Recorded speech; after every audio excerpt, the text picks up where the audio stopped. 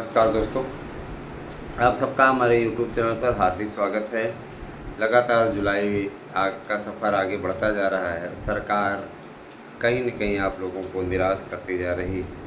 सरकारी तंत्र के मन में किसी प्रकार का कोई कुरेदने वाला, कोई सेटिस्फाइड करने वाली बातें नहीं दिख रही। ऐसा मैं सिर्फ YouTube चैनलों के माध्यम से बोल रहा हूँ। वास्तविकता इसके इतर है। देखिए, कोई भी गवर्नमेंट जो युवा विरोधी हो, जाहिर सी बात है कुछ बहुत दिनों तक सत्ता में नहीं रह सकती है ना। तो युवाओं का महत्व हर कोई समझता है, इसलिए भर्तियों का पूरा ताना बाना बनाने के लिए कहा गया है। और यह भी स्पष्टता है, बोल दिया गया है कि परेशान होने की आवश्यकता नहीं है। सभी भर्तियों की रूपरेखा तैयार हो चुकी है, भर्तियाँ होंगी। एक बड़ा विचित्र निर्णय लिया गया है शासन की ओर से। हमें आश्चर्य भी हुआ कि सेंटर आपके ज़िले में नहीं बनेंगे, अर्थात आप स्थानीय निवासी हैं उस ज़िले के, तो आपको दूसरे ज़िले में जा कर के पेपर देना होगा। चाहे वो टीजीटी पीजीटी का हो, चाहे एलटी का हो।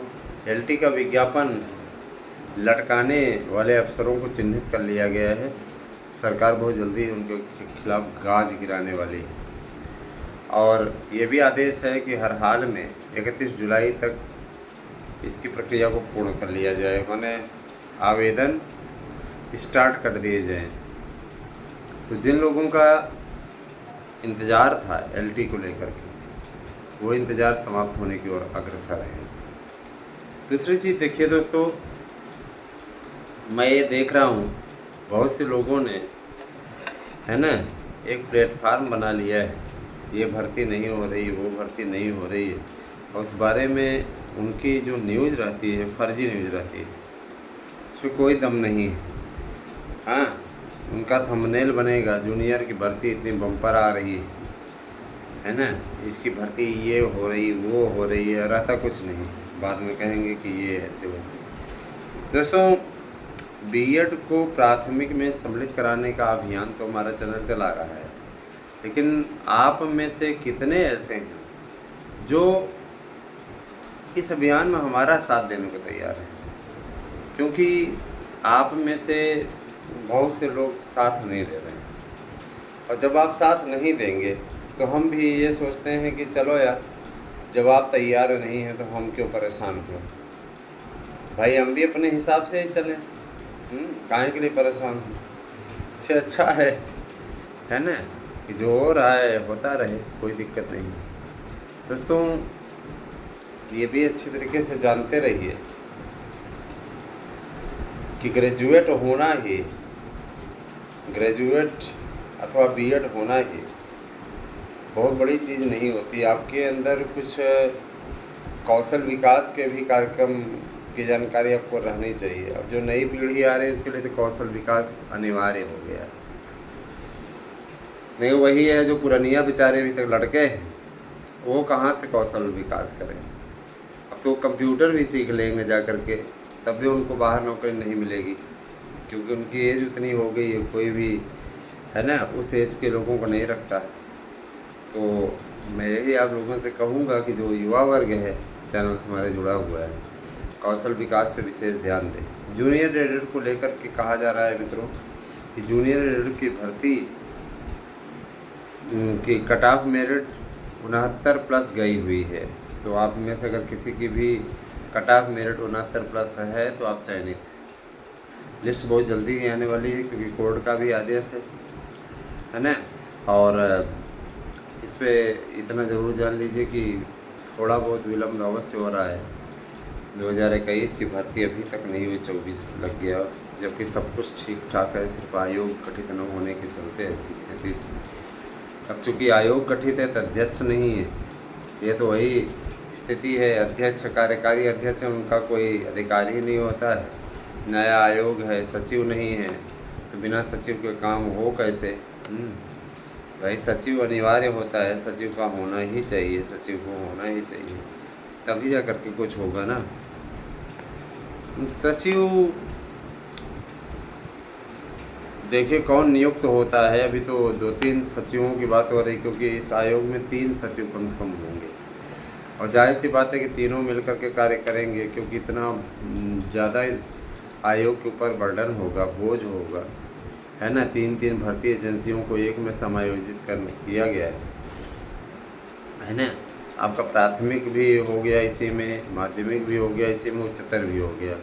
तो जाहिर सी बात है 3-3 संस्थाओं को संभालने की जिम्मेदारी इस पूरे आयोग पर है, तो इतना आसान तो नहीं होगा। तो इसके लिए 3 सचिव चाहिए, हर एक के लिए एक सचिव, प्राथमिक के लिए एक सचिव, माध्यमिक के लिए एक सचिव, उच्चतर के लिए एक सचिव, जो कि अपनी भर्तियों को अच्छे तरीके से संपन्न करा सके।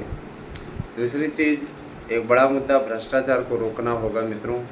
भ्रष्टाचार चाहे किसकी भी गवर्नमेंट आ जाए, ये इस कदर तक घर कर गया है लोगों के मन में कि आज बिना रिश्वत के किसी को नौकरी नहीं मिलती, चाहे किसी की भी गवर्नमेंट हो। ये दुर्भाग्यपूर्ण है कि जो हिंदी के, संस्कृत के टीचर नियुक्त हो रहे हैं, ये ऐसे ऐसे महापुरुष नियुक्त हो रहे हैं जो किताबें नहीं पढ़ पाते, अथवा इन्हें नॉलेज नहीं है, सिर्फ टीचर बन गए हैं, है ना। है इन्होंने सोशल के, और नहीं उधर जुगाड़ बना तो एक विषय से, एकल विषय से हिंदी से कर लिया, और उसके बाद उन्होंने क्या किया, हिंदी से फार्म भर दिए, हिंदी से जुगाड़ था, अच्छे से क्वालिफाई कर गए। ये जुगाड़ तंत्र को सरकार को रद्द करना चाहिए, क्योंकि देखिए अभी कहा जाए तो गवर्नमेंट कहती है प्रमाण दीजिए, ये है वो है, ऐसे है वैसे है। जो ये सब कार्य करता है, आपको आंतरिक रूप से जांच करनी चाहिए ना, है ना। प्रमाण क्या, हम लोग प्रमाण कहाँ से देंगे आपको? प्रमाण देने वाला वो अपने आप को प्रमाणित करवाएगा क्या कि हम नकल से हुए हैं? तो ये भ्रष्टाचार बहुत दुखद है, भ्रष्टाचार बंद होना चाहिए। इससे युवाओं में कुंठा की भावना पनप रही है। और देखिए भर्तियों को लेकर के आप लाख तैयारी कर रहे हो योगी जी, आपकी जिम्मेदारी बनती है कि युवाओं को नौकरी दीजिए। युवा किसी भी जाति धर्म का हो, बिरादरी का हो, युवा युवा है, वो देश की शक्ति है। और जाहिर सी बात है जब आप युवा शक्ति के प्रति लापरवाह रहेंगे तो युवा शक्ति आपको हटाने का कार्य करेगी। तो इसीलिए आपसे अनुरोध है कि हमारे युवा वर्ग के लोगों के लिए वैकेंसी निकालिए। आपने ही वादा किया था कि 90% पद, है ना, पदों पर उत्तर प्रदेश के लोगों को आरक्षण मिलेगा।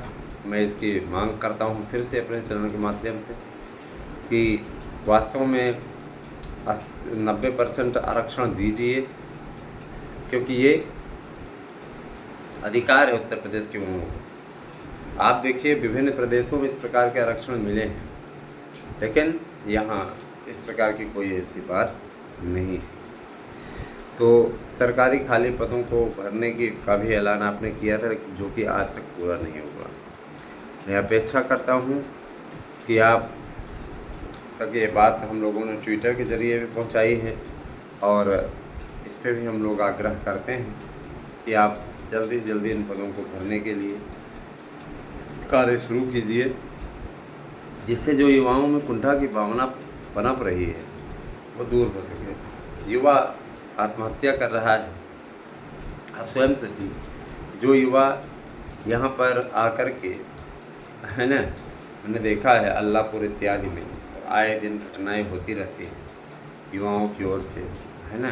तमाम प्रकार की चीज़ें ऐसी होती हैं जहाँ पे युवा कभी आत्महत्या कर रहा है ना। और जो सुसाइड नोट मिलते हैं वो काफ़ी दुखद होते हैं। उसमें वो कहते हैं कि मैं जीवन से ऊब चुका हूँ, कोई प्रतियोगी परीक्षा नहीं हो रही है, किसी प्रकार का वो नहीं है, माँ बाप इतना पैसा खर्च कर रहे। आप खुद ही सोचिए कि हम लोगों ने टीजीटी पीजीटी का फार्म भरा, कौन कौन ऐसा नहीं होगा जो कि फार्म नहीं भरा होगा।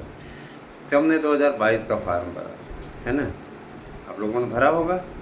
और जाहिर सी बात है कि जब आप लोगों ने भरा फार्म तो उसके बाद में क्या 2022 की भर्ती अभी तक 24 तक कंप्लीट होने को कोई नाम ही नहीं ले रही। आप स्वयं सोचिए। अरे आप लोग तो कम झेल रहे हैं, हम लोगों ने बहुत झेला है। 2017 वाली जो 11 वाली जो वैकेंसी थी वो जा कर के 2010 में वैकेंसी निकली थी, 10 के लास्ट में, और उसके बाद में है ना, उसकी परीक्षा होते होते 2017 आ गया है ना। उसके बाद उसका रिजल्ट निकला तो होते होते फाइनल होते होते 18 हुई। इस तरीके की कंडीशन थी, समझ लीजिए। वहाँ कई ऐसे लोग भी आए थे जो ओवर एज हो चुके थे। मैंने कई बुजुर्ग आए थे जिन प्रधानाचार्य इंटरव्यू के लिए या उसके लिए, तो कहे भैया हमारा टाइम क्रॉस हो चुका है। हम कहे मतलब क्या है फिर, आप काहे इंटरव्यू देने हैं? कहें दे रहे हैं, नॉलेज होगा। हम कहे अच्छी बात है, नॉलेज लेके घूमते रहिए। तो ऐसा नहीं है कि सिर्फ योगी की सरकार में वैकेंसी लटकी रही है, भर्तियां ऐसे ही विलंबित रही हैं। पंचवर्षीय भर्ती बन जाती थी हमेशा से ही माध्यमिक शिक्षा सेवा चयन बोर्ड की। तो अब नया आयोग बना है तो पूरा विश्वास है कि अब समयबद्ध तरीके से भर्तियां होंगी, किसी प्रकार कोई दिक्कत नहीं होगी। बने रहें दोस्तों हमारे साथ में। हमारा नोट्स लेने के लिए 8115998001 पे आपको व्हाट्सएप करना, अपना एड्रेस पिन कोड से दीजिए और अपना नोट्स बुक कीजिए। सफलता की गारंटी वाला नोट्स है, कहीं और से मत लीजिए। मैं ये देख रहा हूँ कि कोई ना कोई, कहीं मैम, कहीं सर, कहीं ये बन के आपसे धन उगाही कर रहे हैं। ऐसे लोगों से सावधान रहने की ज़रूरत है। धन्यवाद। आपसे